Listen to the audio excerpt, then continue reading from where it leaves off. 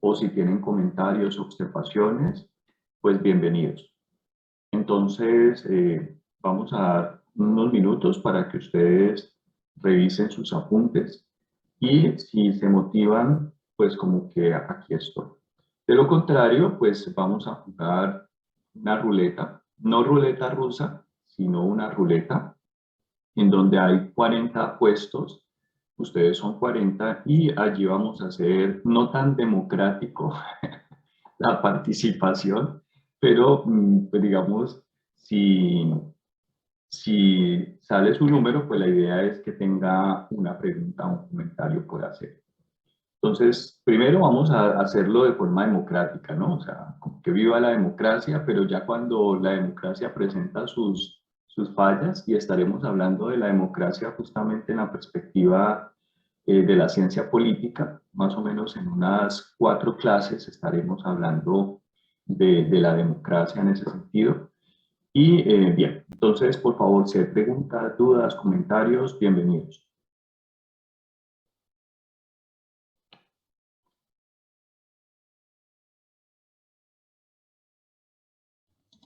Pues para mí yo no tengo pregunta, pero pues básicamente lo que yo entendí del segundo capítulo es que, digamos, habla como de diferentes puntos de vista sobre las organizaciones. Obviamente algunas personas como, digamos, Weber, Marx y el otro señor, ¿cómo se llama? Barnard, Arna.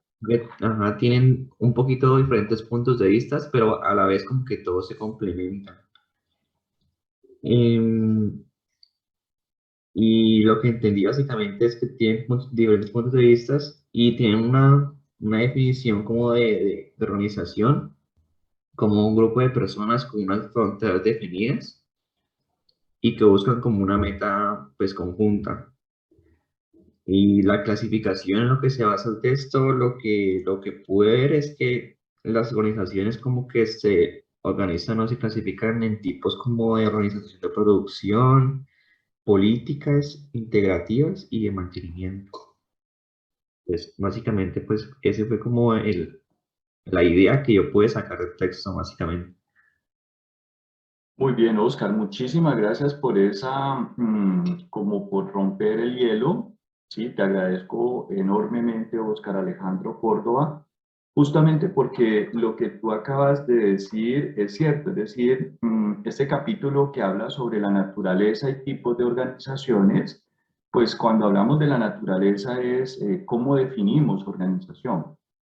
Y lo que hace Richard Hall, que es quien escribe ese libro, es decirnos, mire, hay unas definiciones clásicas y esas clásicas realmente retoma a 2 padres de la sociología, y aquí pues tenemos estudiantes de sociología, así que a lo largo de su formación profesional, pues van a estar estudiando en diferentes asignaturas o en diferentes eh, campos del conocimiento a los clásicos. Entonces, Marx, Weber son 2 autores fundamentales. Karl Marx desde toda la crítica al capitalismo y Max Weber, este sociólogo alemán, que justamente desarrolla toda su perspectiva de análisis desde la racionalidad y plantea como ideal la burocracia.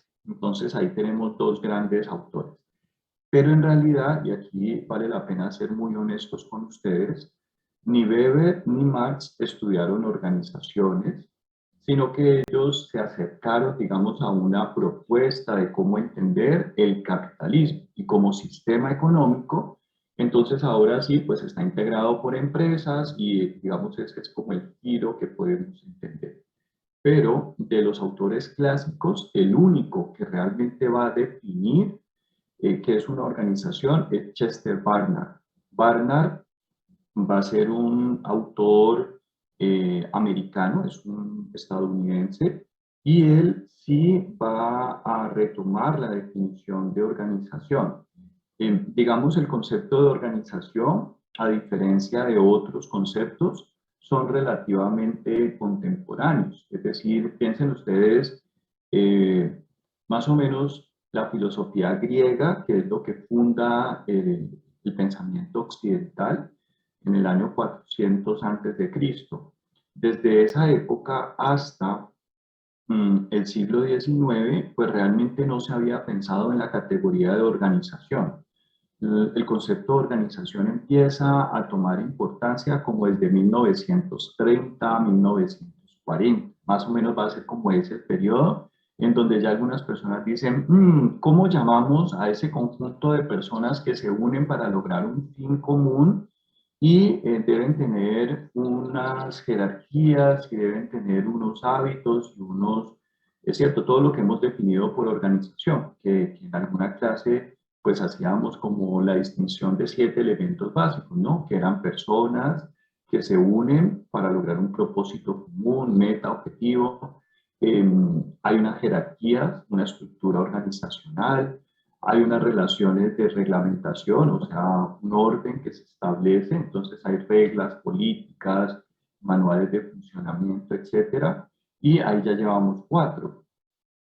Cada persona se especializa en unas funciones determinadas, entonces hay como una división del trabajo. 5, las organizaciones cambian. 6, y tienen una cultura organizacional. 7, entonces ahí hay unos valores, unos rituales, etcétera. Esos 7 elementos que hemos definido por organización, pues empiezan a aparecer o van emergiendo ya cuando se define el concepto de organización. Entonces, yo no estoy grabando esta clase, qué pena. Voy a grabarla, pero esto que acabo de decir es relativamente importante frente al comentario que hacía Óscar Alejandro de las definiciones, ¿no? Entonces, hay unas definiciones clásicas donde está Marx, Weber y, por supuesto, Barnard, y Barnard sí es mucho más cercano a nosotros. Cercano en el sentido de que, pues, es producto de las reflexiones del siglo XX. Y sobre esto, entonces viene la segunda partecita, que son definiciones contemporáneas, y ahí ya vamos a encontrar, por ejemplo, a Etzioni. Etzioni es un autor italiano muy importante. Eh, Etzioni sigue de alguna forma las ideas del señor Weber. También están, por ejemplo, Scott, que es un autor de primera línea y habla la idea de fronteras organizacionales, es decir, sabemos dónde empieza una organización, dónde termina, y cada una de ellas definida esa frontera en términos espaciales, en términos casi que relativos, porque de manera absoluta pues no vamos a encontrar realmente una definición de frontera organizacional en un sentido estricto, debido a que con la connotación de entorno o medio ambiente, o también se llama macroambiente organizacional, pues vamos a encontrar que las organizaciones realmente están enfrentadas a un conjunto de fuerzas que hacen parte pues, de ese medio ambiente. Entonces ahí es donde vienen las definiciones de Katz y Kahl, que están relacionadas justamente con ese tema de entender las organizaciones como sistemas abiertos. Que esto ya es más propio de los años 60, 70, 80, cuando después de la Segunda Guerra Mundial empieza a cobrar importancia el tema del ambiente, el ambiente de la organización, la preocupación por el medio ambiente, ¿cierto? Por la escasez de los recursos que hoy en día pues es un tema de primera línea.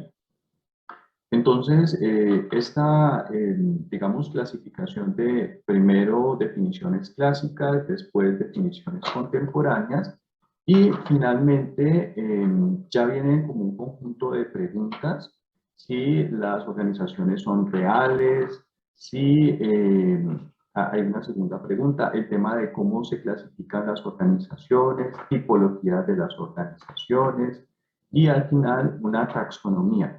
Cuando hablamos de las taxonomías, pues recuerden esta idea que yo les planteaba al comienzo del curso, donde una organización no es igual a una empresa.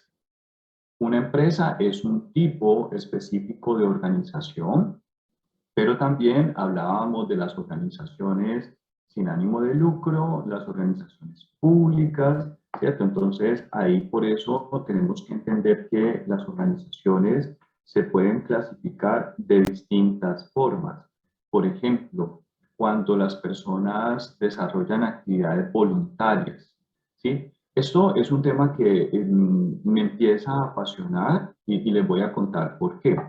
Resulta que en mi tesis doctoral yo abordo el tema de una organización empresarial pública del estado local, es decir, de la alcaldía, en particular pues me refiero a Ancali. Sin embargo, recuerden ustedes que en noviembre del año pasado, mm, las costas de las islas San Andrés, Providencia, Santa Catalina, pero también de países centroamericanos como Honduras, Panamá, bueno, Panamá no tanto, y México no sufrieron tanto como Nicaragua, Costa Rica tampoco sufrió tanto. Nicaragua, Honduras y Guatemala fueron los países que junto con Providencia llevaron como la carga más fuerte a través del huracán Iota.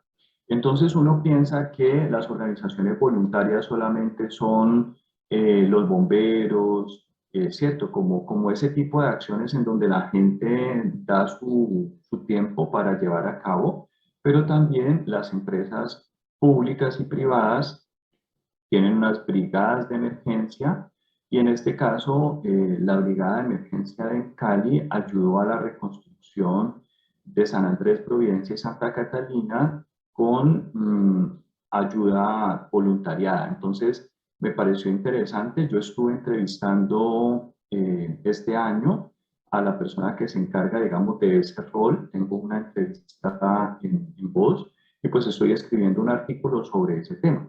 Entonces, cuando hablamos de las organizaciones de voluntarios, y qué interesante porque uno diría, bueno, pues los que están más cerca son los que deberían ir a ayudar, es decir, las brigadas de empresas públicas o privadas de la costa, o, ¿cierto? Pues porque están más cercanas Cartagena, Santa Marta, Barranquilla, incluso el mismo Medellín estaría más cercana que Cali para apoyar esa reconstrucción. Y me encuentro que en la reconstrucción de Iota, pues personas de Cali van a tener un apoyo muy fuerte y en particular el 98%, este es un dato pues que da la misma presidencia de la República, el 98% de Providencia quedó destruido. No sé cuántas casas fueron arrasadas, pero todas tuvieron afectación, incluyendo el aeropuerto y las vías de acceso, mejor dicho, toda la parte de esta isla quedó destruida por el huracán y vemos que los voluntarios de Encali ayudan con la reconstrucción de la energía, el acueducto. Este señor que yo les digo que entrevisté, que se llama John Jairo, él nos contaba pues, a mi colega y a mí cómo fue esa reconstrucción, cuántos días trabajando a la intemperie, el sol tan caliente que hay en Providencia y bueno, y no poder escaparse ante las inclemencias del calor que se dieron. Entonces es bastante chévere entender cómo se unen esfuerzos para apoyar la reconstrucción y mitigar. Lo paradójico del asunto es que esto ocurrió ya casi va a ser un año. El presidente Duque prometió que iba a reconstruir las islas en 100 días, es decir, más o menos a los 3 meses, y ya ha pasado el doble de ese tiempo y pues la reconstrucción de las viviendas siguen siendo un ideal. Entonces es muy triste, ¿sí? Como que por situaciones de corrupción, pues la gente siga padeciendo cuando los recursos están. Entonces, ese es un caso bastante importante. Oscar, muchas gracias. No sé si alguien se haya motivado para participar con otro comentario o una pregunta. Profe, en el chat te pusieron algo. Bueno, listo. Saemi Delgado. Muy bien, muchas gracias, Ángela. Y tenemos dos manos levantadas. Entonces dice Saemi, Profe, en esa parte de las definiciones yo no entendí muy bien. A lo último dice que se caracteriza por su diferenciación interna. Sí.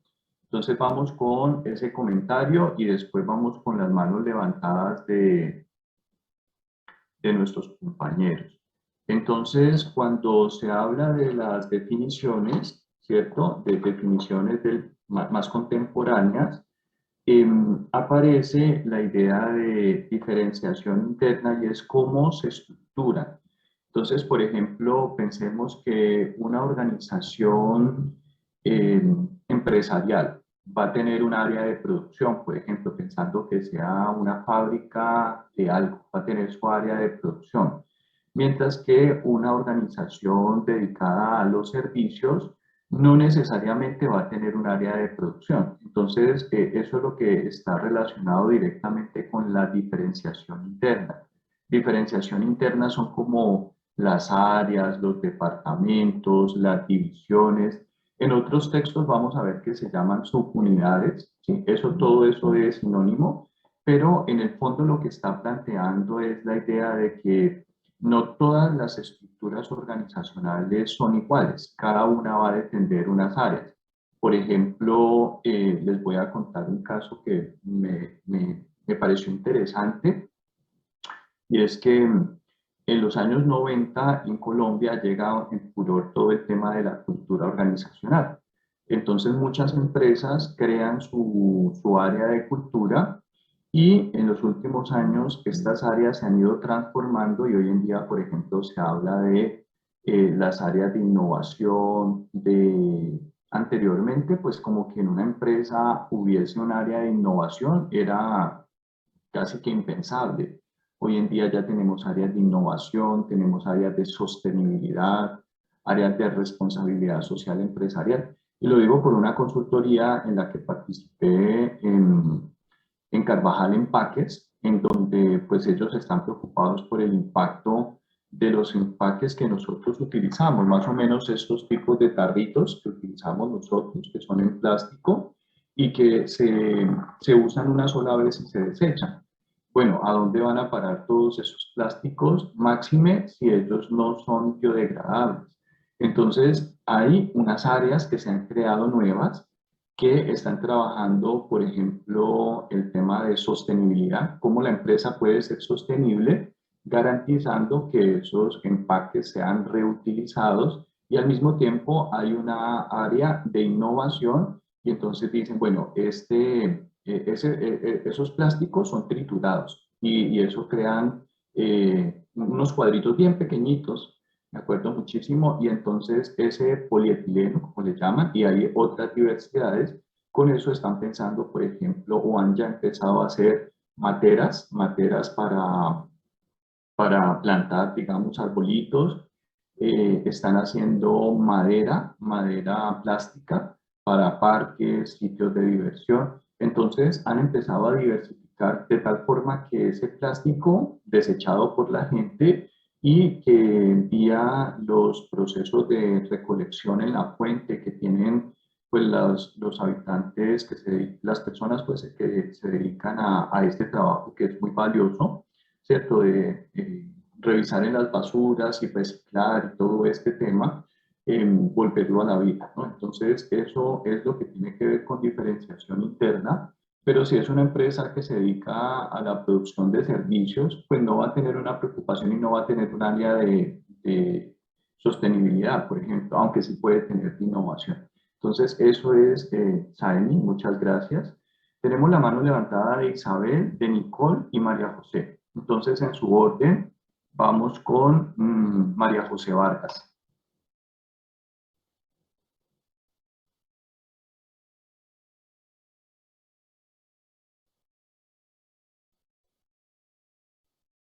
Ah, qué pena, profe, no me he dado cuenta que la tenía levantada. Ah, listo. Entonces, no hay participación. No, profe. Ah, ok, vale. Nicole Ramírez. Hola, profe. Es que tengo una pregunta. Es que en el texto, pues, nos hablaban de muchos tipos de, pues, de diferentes tipos de clasificación, de taxonomía y eso. Entonces, quería saber como cuáles son los que tenemos que tener más presentes o si es uno solo o es como la combinación de muchos, profe. Sí, pensemos, y Nicola, aquí te voy a responder esta pregunta. Pensemos, por ejemplo, que eso incluso lo hicimos la semana pasada. El mismo ejemplo lo utilizamos. Que yo les decía, bueno, vamos a hacer una clasificación de los zapatos que tenemos actualmente. Entonces, en ese momentico, ¿quiénes tienen sandalias? ¿Quiénes no tienen zapatos? ¿Quiénes ya están vestidos? Porque me contaron la semana primera que tenían clase después de esta a las 10 de la mañana. Tenemos estudiantes de medicina, entonces hay una práctica, entonces pues ya están en la universidad, ¿cierto? Entonces vamos a encontrar que seguramente algunos tenemos zapatos, otros tendrán sandalias, otros tendrán sus chanclas, etcétera. Todo eso, si clasificamos esos zapatos y decimos, bueno, clasifiquémoslos por el color, por la forma, por el tamaño. Entonces, en las tipologías o las taxonomías de las organizaciones se aplican todas. Es decir, hay algunas organizaciones que están incluidas en la parte, ¿cómo se llama esto?, de producción de bienes tangibles. Entonces se habla de primario, secundario, terciario y cuaternario, que fue una categoría que la semana pasada trabajamos. También hay otras clasificaciones que están centradas más en, por ejemplo, si son formales o informales, si son como a corto o largo plazo, ¿cierto? Entonces ahí vamos a encontrar distintas formas en donde, por supuesto, hay autores como Henry Mintzberg, ¿cierto? Que plantean unas estructuras como burocracia interna, burocracia profesional, forma divisional, adocracia. Entonces, por ejemplo, esa es una clasificación muy importante. Yo diría que es una de las más importantes que podrían existir. Primero, porque el autor, Henry Mintzberg, está vivo, ¿cierto? Entonces, esa es una característica fundamental. Y segundo, porque esa clasificación corresponde un poco a la forma en que se puede llevar a cabo un proceso productivo. Entonces, por ejemplo, aquí voy a proyectarles una diapositiva que nos muestra ese tipo de clasificación. Entonces, aquí está, creo. Esperamos un segundito. Esta donde está mi...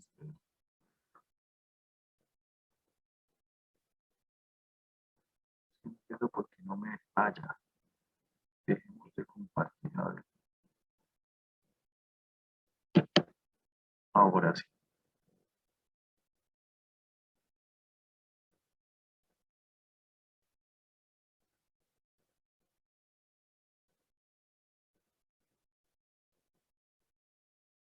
Están viendo mi...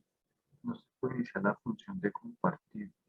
Bueno, que quiero compartirles una slide. Ah, esta es. Aquí. Esta, por ejemplo, esta clasificación de Henry Mintzberg es muy importante. Entonces, ahora que Nicole preguntaba cuál es la clasificación más importante, entonces esto tiene que ver, por ejemplo, se llama tipos de configuraciones estructurales según el autor Henry Mintzberg. Entonces, él habla, por ejemplo, de la estructura simple, que es cuando tenemos dos niveles jerárquicos, es decir, por ejemplo, está la dirección de una organización y, digamos, los colaboradores de base. Pero vamos a encontrar, por ejemplo, hay unos que tienen tecnoestructura, staff de apoyo. ¿Qué significa eso? Por ejemplo, cuando contratamos a una persona a un abogado para que nos defienda de un litigio, esa persona es un staff. Sí, el staff es alguien que contratamos por un periodo específico o para una actuación determinada, pero esa persona no hace parte de la organización. Entonces ahí se llama burocracia maquinal o burocracia profesional, dependiendo. Hay una forma divisional que esta es cuando vemos, por ejemplo, las empresas del sindicato antioqueño. Entonces son es una gran empresa y al mismo tiempo cada una de ellas se divide, ¿cierto? Entonces, son como 15 empresas, pero están agrupadas dentro de una sola. Eso es, por ejemplo, forma divisional. Está la adocracia. Entonces, son diferentes formas, pero esta clasificación es muy, muy importante. Entonces, aquí podemos empezar cuáles son las características de la estructura simple, marginal, profesional, divisional, adocracia, ¿cierto? Entonces, ese, por ejemplo, es una característica importante. Yo diría que esa, y dentro de la taxonomía también hay otra que nos habla del carácter público o privado. Bueno, eso ya lo hemos planteado a lo largo pues, del curso, donde hablábamos de las organizaciones que son 51% del Estado. Entonces, el caso de Ecopetrol es pública a pesar de que puede tener inversión privada.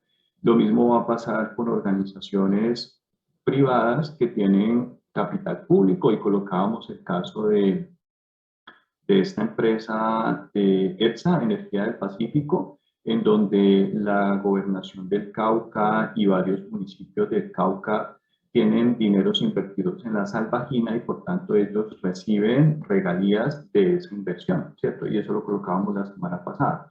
Entonces, la característica de público-privado, ¿cierto? Son organizaciones con ánimo, sin ánimo de lucro, es decir, vamos a encontrar muchísimas clasificaciones, todas ellas son importantes, por supuesto, pero hay unas que son más útiles que otras.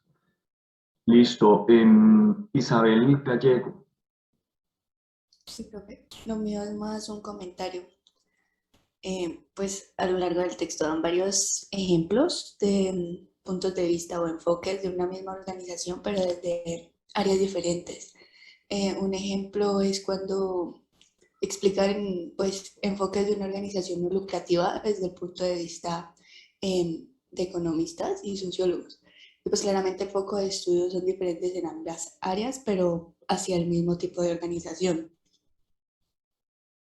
Ok, vale, muchas gracias Isabel. Sí, sí, estamos de acuerdo en que la forma como nosotros estudiamos una organización y la perspectiva de análisis o el enfoque va a definir mucho el tipo de clasificación. Estamos de acuerdo, Isabel. Entonces ese es un gran aporte porque por eso es que por ejemplo, si vamos a clasificar los zapatos como pensando en que podemos clasificar las organizaciones, pues seguramente una persona del común diría clasificamos las organizaciones, los zapatos cuáles son limpios y cuáles están sucios, cuáles son de color blanco, cuáles son de color oscuro, ¿cierto? Entonces empezamos a hablar de unas clasificaciones muy generales que son las que todo el mundo comparte. Pero si ya es una persona experta en olores, pues nos va a decir, clasifiquemos las organizaciones, cuáles son los zapatos que huelen más rico y cuáles son los que huelen a pecueca, por ejemplo. Entonces, en esa medida, ya las clasificaciones se van volviendo más complejas dependiendo del nivel de especialización con que estemos clasificando o estudiando las organizaciones. Claramente, por ejemplo, desde la medicina, clasificar las organizaciones, hay categorías muy interesantes, por ejemplo, como organizaciones sanas y organizaciones enfermas.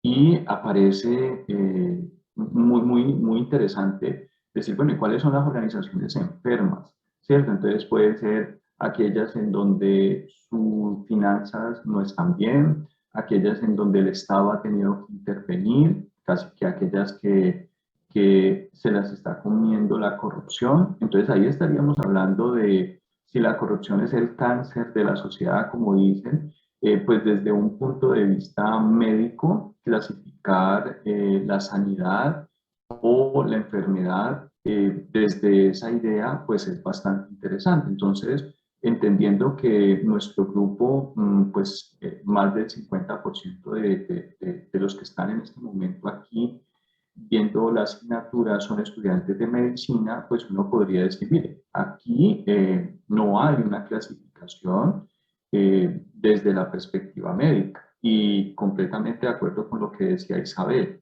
dependiendo de los niveles de experticia pues asimismo vamos a definir una organización y también pues hacer una taxonomía frente a lo que estamos estudiando. Muchas gracias. Daniel Fernando Rubiano y después vamos con Valeria Tobón. Profe, yo tengo una pregunta y es que cuando ya estamos en las últimas páginas de la segunda parte, no sé, yo me encontré con una parte que eran las variables que se podían clasificar, justo abajo lo de las organizaciones de voluntarios. Y algo que no me terminó de quedar claro es cuando dicen que las organizaciones de voluntarios probablemente formen una clase separada de organizaciones. Entonces, no sabía si era que, digamos, que sean de voluntarios o no podía ser una variable más, o es que estas adquieren variables distintas a las que se mencionan. Sí, sí, sí. Lo que pasa es que lo que te contaba ahora, hay unas organizaciones de voluntarios en donde las personas reciben dinero del gobierno. Por ejemplo,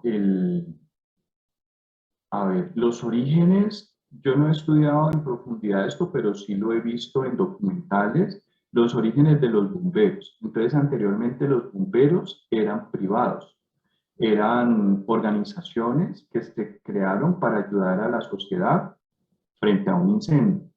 Pero hubo una época en donde se dieron muchos incendios y como que el Estado no podía hacer nada, entonces el Estado dijo, no, venga, hagámonos cargo de esto, esta es una función pública y entonces hay dinero del Estado que se destinan en muchos países del mundo para los bomberos.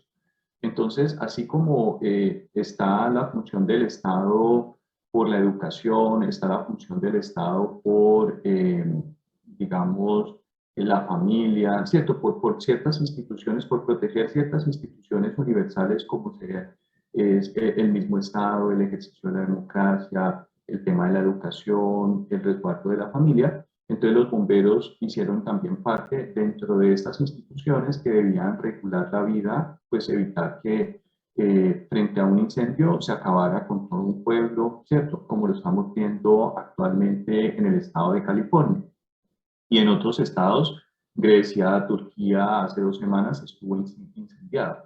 Entonces, esa es una función, digamos, como nace siendo privada, pero finalmente se convierte en pública y las personas que les interesa esto, pues como que se vuelven voluntarios no esperando recibir una remuneración. Pero en el caso de los bomberos, pues a ellos les pagan. Hay otras organizaciones en donde no necesariamente los voluntarios reciben una remuneración.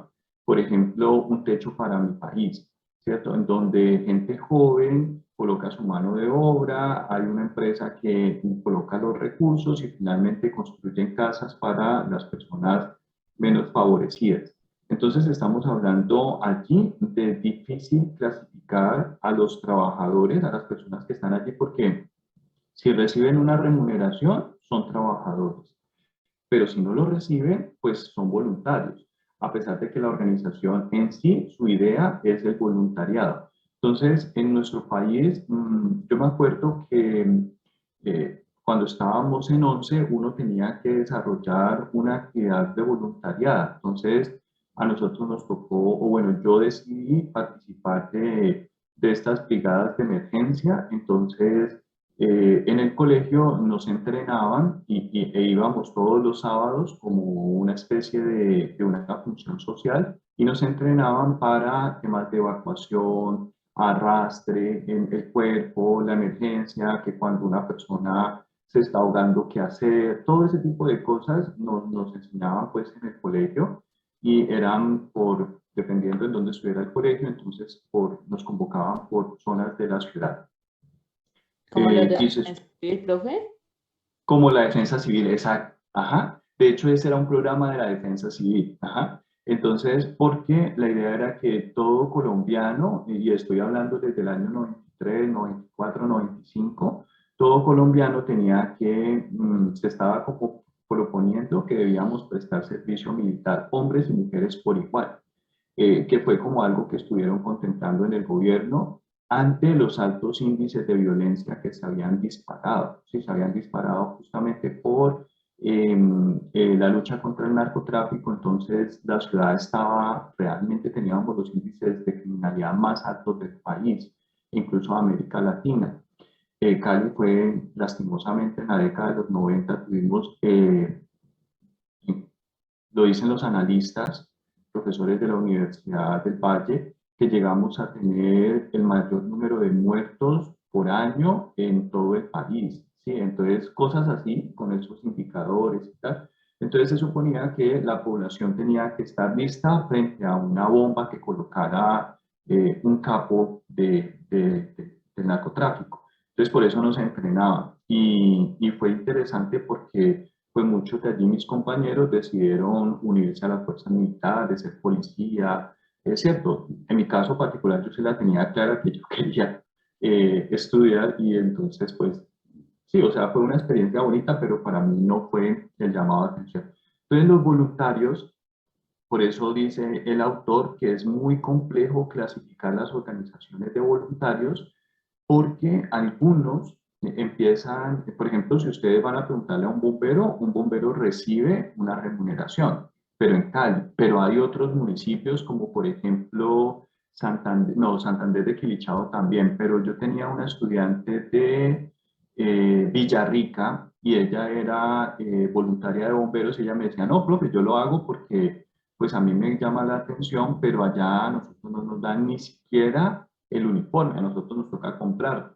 Entonces, imagínate, digamos como que a pesar de que forman parte, hay ciertos municipios, digamos, por la escasez de incendios y todo eso, entonces pues como que el alcalde no se preocupa por eso, no destina recursos, mientras que en otros sí se vuelve algo importantísimo para la vida. Y estamos hablando de una misma organización, ¿sí? Entonces por eso es difícil decir hasta dónde realmente es voluntario, porque si te pagan, eres trabajador. Y si eres trabajador, tienes derecho a primas, cesantías, pensiones, ¿cierto? Pero si se supone que tú lo estás haciendo por tu gusto y placer, entonces no deberías tener ni turnos, ni deberías tener unas jornadas, ¿cierto? Y eso es lo que hace la diferencia.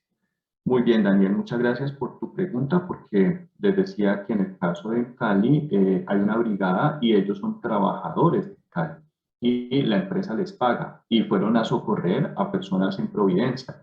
Pero estando allá, incluso hay unas fotos del alcalde de Cali dándole un premio a las personas que de Cali fueron, en Cali, o sea, de las empresas públicas de Cali, fueron a socorrer a sus compatriotas en Providencia.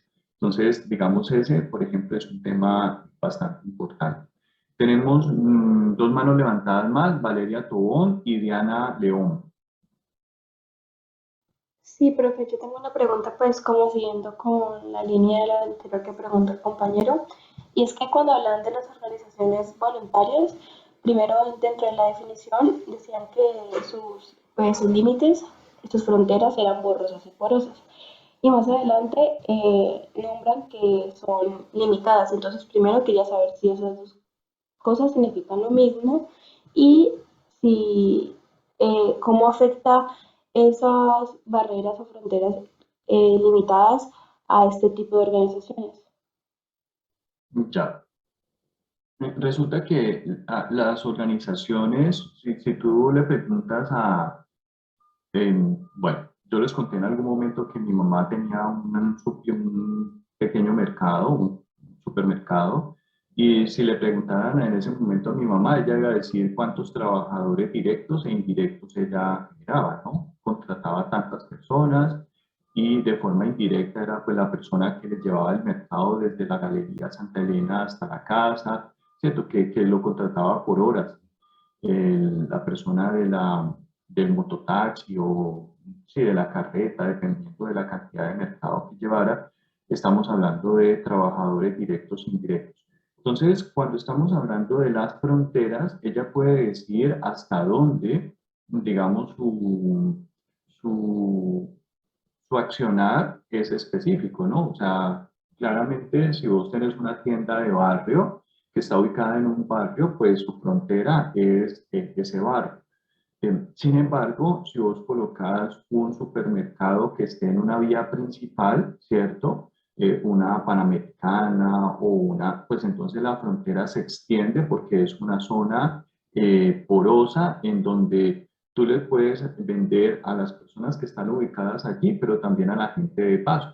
Pensemos, por ejemplo, una tienda que está ubicada en, no sé, ahí a las afueras de Tunía, que hay puros puesticos, bueno, quienes viven en Nariño o viven en el Cauca, pues saben que yendo Cali, Popayán, vamos a encontrar unos puestos donde venden frutas, venden algunos productos de cosecha, ¿cierto? Entonces, estas personas pues realmente pueden beneficiar a los que viven alrededor, pero también como es una carretera, entonces le pueden vender a cualquiera, incluso a un transeúnte, y eso hace que la frontera sea porosa. Mientras que las fronteras limitadas, usualmente pues sabemos cuál es el impacto que genera, ¿sí? Una organización en su entorno social más inmediato. Entonces eso es lo que pasa, por ejemplo, con las organizaciones de voluntarios internacionales, ¿sí? Por ejemplo, frente a una emergencia y que pensemos, por ejemplo, en el caso de Haití. No tienen muchos recursos y aparte, tras de que le matan al presidente, les cae pues un huracán y fue huracán o fue un incendio, no me acuerdo qué fue lo que tuvieron hace 2 semanas. Bueno, les cae una situación terrible y entonces brigadistas voluntarios de el país que queda allí es República Dominicana o, por ejemplo, de Cuba o ayudan en la emergencia. Entonces se supone que esas brigadas de emergencia deben estar localizadas en el país al que pues sus integrantes están y ellos como que van a socorrer. Pero a veces por temas humanitarios y de cooperación internacional, una organización puede ampliar su frontera, ¿sí? Y esto es ampliar su frontera dependiendo de esa emergencia para ayudar a otros. Pensemos, por ejemplo, este caso hipotético. Colombia es invadida por tropas venezolanas, ¿cierto? Y llegan los Estados Unidos y son fuerzas militares que están en nuestro país, pero a través de convenios entre Colombia y Estados Unidos, militares estadounidenses pueden venir a combatir acá. Claramente ellos están saliendo de su frontera, ¿cierto? Yo tuve compañeros, por ejemplo, del colegio que en este momento están en Afganistán. Estuvieron defendiendo Afganistán porque son ciudadanos americanos y posteriormente se unieron a la Army y ya estando en las fuerzas militares de los Estados Unidos, los mandaron en misión a Afganistán. Entonces, allí estamos hablando de, pero es que el man pertenece a la Army estadounidense, sí, por eso, pero su país decidió estar en Afganistán y hasta esta retirada que se habla del mes de agosto, que termina justamente la semana que viene, entonces van a estar aquí en Afganistán y después no se sabe qué va a pasar con los talibanes, etcétera. Entonces, ahí estamos hablando de esa frontera que es porosa, ¿cierto? Porque la persona se supone que cuando tú haces parte de las fuerzas militares, tú estás ayudando a tu país, pero dado tratados internacionales, puedes ayudar a otros lugares y si tú haces parte de un nivel jerárquico, tú no puedes decir, no, es que yo no quiero ir, es que te tocó ir, ¿cierto? Entonces, así mismo va a pasar con las organizaciones voluntarias. Podemos decir que hay un límite en su frontera, sin embargo, esa frontera se puede ampliar dependiendo de la función específica. Por ejemplo, a mí alguien me podría decir, profesor Diego, acabamos de firmar un convenio con la Universidad de Belice y entonces necesitamos un contingente de profesores que vayan a enseñar allá y usted fue elegido y a usted le toca ir o si no renuncie. Pues, ¿qué hago yo? Me voy a enseñar a Belice y pues esa será una función que yo acepte y si no, pues muchas gracias. ¿Cierto? Entonces se supone que es voluntario, pero acá en este caso pues hay un nivel salarial, es decir, yo trabajo con una organización, obviamente ICESI no es voluntaria, pero eso puede pasar también por algunas organizaciones. Se supone que aquí deben las personas enlistarse si lo quieren hacer o no, no es mandatorio, pero en el caso de organizaciones públicas o privadas, sí es pues de obligatorio cumplimiento. Muchas gracias por tu pregunta, Vanessa Tobón, y cerramos con Diana. Diana León. Hola, profe. Profe, pues mi pregunta va más que todo hacia las diferencias pues, que hay entre clasificación, tipología y taxonomía. Porque es que en una parte me hablaban, por ejemplo, que tipología, entonces, bueno, que aquí clasificación, tipología y taxonomía pueden ser intercambiables, que las organizaciones se pueden clasificar en lucrativas y no lucrativas, bueno, estas cosas. O hay clasificaciones internacionales también, pero después cuando me estaban hablando de taxonomía, ya me decían como que esta era la teoría y la práctica de las clasificaciones. Entonces, pues como que yo no entiendo muy bien si estas tres pues son como lo mismo o tienen como diferentes tipos de clasificar las cosas o no sé. Ya. Lo que pasa es que, bueno, ese es digamos, allí estamos utilizando palabras semejantes. Hola, ¿me escuchan? Sí, profe. Sí, ok. Diana, entonces estamos utilizando palabras semejantes para lo mismo.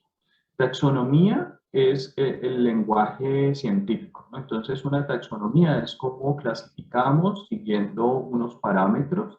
Entonces, por ejemplo, desde la biología, cómo clasificamos a los seres humanos. Entonces, este es Homo sapiens sapiens, y entonces, pero también de la familia Homo, y está, y aparece, ¿no? Todo el árbol genealógico para poder decir aquí el ser humano es una derivación de los mamíferos superiores, etc. Entonces, la clasificación, en realidad, en el mundo de la ciencia lo llamamos taxonomía, ¿sí? Que es algo universal. Pero también hay clasificaciones que se dan a nivel local, ¿cierto? Es decir, como que nosotros vamos a clasificar las organizaciones, entonces la gente desde su conocimiento, desde su percepción, va a decir, bueno, aquí podemos clasificar las organizaciones entre públicas y privadas, y ya está. Pero si vemos las clasificaciones universales, pues seguramente hubo un autor que lo utilizó así también. Entonces, clasificar, tipologizar o taxonomizar, taxonomías, tipologías o clasificaciones son sinónimos, son palabras comunes, pero dependiendo del alcance, entonces vamos a decir una taxonomía es universal y es científica, que ocurre o opera más para las ciencias exactas. Tipologías están más vinculadas con las ciencias naturales, porque, perdón, con las ciencias sociales, porque se supone que los seres humanos pues, nos unimos para crear organizaciones. Entonces es una ciencia social y por eso utilizamos tipologías. Y clasificación, pues la clasificación puede ser local, ¿cierto? Entonces, para utilizar una expresión, todo el mundo clasifica a los otros. ¿Cómo los clasifica? De limpios y de sucios. Entonces hay personas que dicen, no, esta gente es sucia, mire que ellos no se bañan, yo no sé qué. Hablando, por ejemplo, de los franceses, de los italianos, etc. Y los limpios somos los que nos bañamos todos los días. Entonces, en el ámbito de las clasificaciones, todos los seres humanos clasificamos. Y eso lo hacemos de forma connatural, o sea, casi que de forma deductiva los seres humanos clasificamos, pero en algunas oportunidades, cuando ya estamos en el campo de las ciencias, esas clasificaciones tienden, ahora sí, entonces según tal autor que hizo esta investigación clasificó de tal manera, entonces ahí ya recurrimos a una taxonomía. Esa es la distinción que se plantea frente al tema. Bueno, chicos, muchas gracias por sus preguntas. Creo que entonces dejé mi ruleta, no rusa, por supuesto, pero he dejado mi ruleta aquí. Entonces, por ejemplo, esta es, si la están viendo, entonces aquí tendríamos el giro y, por ejemplo, cayó el número 37. Entonces, si yo miro en mi listado, el número 37 es Uber Santofimio Orozco. y entonces así operaría, pero muchas gracias. Tuvimos la participación de Oscar Alejandro, Saemi que lo hizo por escrito, Nicole Ramírez, Isabel Gallego, Daniel Fernando Rubiano, Valeria Tobón y Diana Marcela, es decir, 2, 4, 6, 7 participaciones en el día de hoy. Muy bien, muchísimas gracias. Y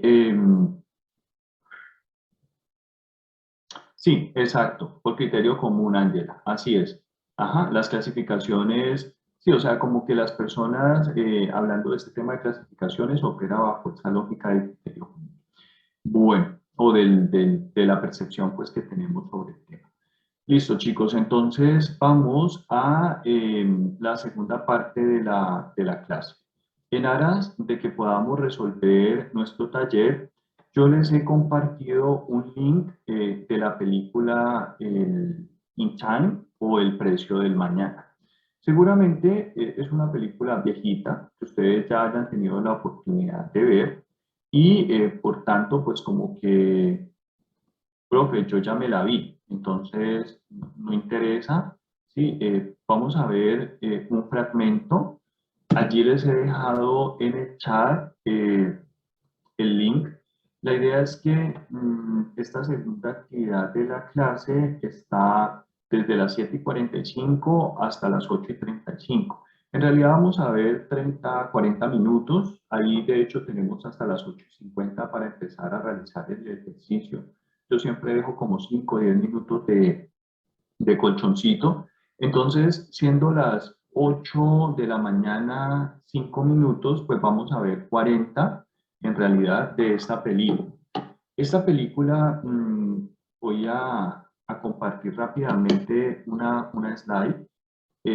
Esta película es bien interesante. Cuando hablamos del precio del mañana, sí, porque realmente la idea es como que cada quien vea el fragmento. Voy a introducir nomás y ya para aludir pues como a la presentación y ya con esto dejo disponibles las preguntas para que ustedes las puedan ver. A ver, no sé qué me está pasando.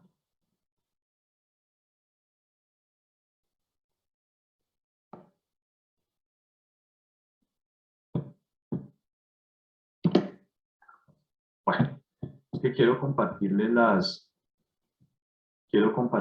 preguntas y esta es. Esperen un segundito que estoy teniendo dificultades para compartir aquí. Entonces, esta es la película. Es una película del año, aquí lo tenemos, es una película que se hace en el año 2011, pero se ubica en el futuro año del 2161, o sea, prácticamente estamos como a 140 años adelante, o sea, pensando que nuestra humanidad ha avanzado 140 años y el gen de envejecimiento humano ha sido desactivado, o sea, como que los seres humanos hasta al cumplir 25 años ya dejamos de envejecer. Y la idea es que después de este tiempo los seres humanos tenemos que empezar a trabajar para poder vivir. Y ese trabajo se convierte pues en un reloj y ese reloj nos da como el tiempo de vida. Entonces de eso se trata como la película. Y también se pueden donar minutos o tiempo para que otras personas pues puedan vivir y ese va a ser el caso del personaje principal que no le dona el suficiente tiempo a la mamá y finalmente pues ya fallece. ¿No? Eso lo vamos a ver como en los primeros minutos de la película. A partir de esto, pues este personaje principal empieza a enamorarse de una chica de alta, pues de la sociedad, por así decirlo, y entonces ellos empiezan a desarrollar como una crítica a esa sociedad en la que viven y finalmente pues a generar un desorden social, ¿cierto? Porque pues ella es hija de uno de los hombres más ricos de la película. Entonces, a partir de allí, estas son las preguntas que ustedes van a resolver. Primero, si decimos que las organizaciones generan reglas, pero también las instituciones, entonces, ¿cuáles son las reglas centrales de esta sociedad? La idea es que ustedes logren identificar al menos 3 reglas fundamentales para poder entender ese tipo de sociedad que está ubicada pues, en el año 2161. Segundo, en esta película se muestra una institución o una organización predominante. Entonces, claramente, el concepto de institución al que vamos a apelar hoy es al de institución total planteado por el señor Erving Goffman. Goffman va a definir institución total como el lugar de residencia o trabajo de un gran número de individuos en igual situación, aislados de una sociedad por un tiempo o un periodo apreciable y que comparten en su encierro una rutina diaria administrada formalmente. Esta tipología de institución total aplica para las cárceles, los hospitales psiquiátricos, los hospitales con personas que tienen enfermedades que fácilmente se pueden transmitir a otros seres humanos. Bueno, antes de la pandemia, por supuesto, es una clasificación que planteaba Goffman de, de los años 70. Bueno, aplican 6 categorías, ¿no? Los enfermos, los que están privados de la libertad, aquellas personas que voluntariamente deciden aislarse por una vida espiritual, en el caso, por ejemplo, de los conventos, las abadías, los lugares donde los sacerdotes estudian la palabra, ¿cierto? Entonces esa es otra clasificación. Los campos de concentración, en donde las personas son aisladas por temas étnicos, religiosos, verbigracia, los campos de concentración nazi, en donde ubicaban pues a judíos, ¿cierto? Ese es otro ejemplo. Y vamos a encontrar los centros de trabajo forzado. Ahí están las 6 categorías. Las instituciones donde la gente tiene que trabajar casi que de forma obligatoria, como si fueran esclavos. La sociedad conoce mucho, bueno, la humanidad ha conocido muchos lugares de eso. Entonces, la característica de una institución total, yo creo que le pueden tomar una fotico a esta slide, pues tiene que ver con esto, ¿no? Todas las dimensiones de la vida se desarrollan en el mismo lugar y bajo una única autoridad. ¿Será que en la película se habla de una institución así como esta? Todas las etapas de la vida activa, todas las etapas de la vida, de la actividad cotidiana, perdón, de cada miembro en la institución total se lleva a cabo en la compañía inmediata de un gran número de otros miembros a los que se les da el mismo trato y los que se requieren que hagan juntos las mismas cosas. O sea, por ejemplo, en las penitenciarías o en las cárceles, las personas a las 6 de la mañana tienen que levantarse a contar. A las 12 ya deben estar almorzando, a las 7 de la mañana deben estar en su lugar de trabajo hasta las 11:30. ¿Cierto? Entonces hay una jornada formalmente administradas. Entonces todas las actividades cotidianas están estrictamente programadas de forma que la actividad se realice en un momento determinado y que conduce a la siguiente. Y toda la secuencia de actividades se imponen jerárquicamente mediante un sistema de normas formales explícitas y un cuerpo administrativo. Entonces esto es como un conjunto de actividades paso a paso. Y finalmente las diversas actividades obligatorias se integran en un único plan que por supuesto está centrado en, perdón que me pasé de página, en un único plan racional deliberadamente para desarrollar objetivos propios de la institución. Es decir, como que la institución tiene sus propios objetivos y en esa medida se van a desarrollar. Entonces, estas son las 3 preguntas para responder. Les pido por favor que vean, si ya vieron la película, pues desde ayer que les mandé la agenda, genial. Si no, entonces aprovechemos los minutos que nos quedan hasta las 8:45, porque a las 8:50 vamos a entrar para formar los grupos. Bien, entonces, pues como que dejo de compartir, silencio mi micrófono para que ustedes se concentren en la película. Recuerden que les he dejado el link aquí en el chat de Zoom para que pues lo puedan ver. ¿Les parece? Sí, profe. Sí, profe. Listo, profe. Muy bien, entonces hasta las 8:45 vemos el fragmento de película y ya a esa hora empezamos a hacer el taller. Gracias.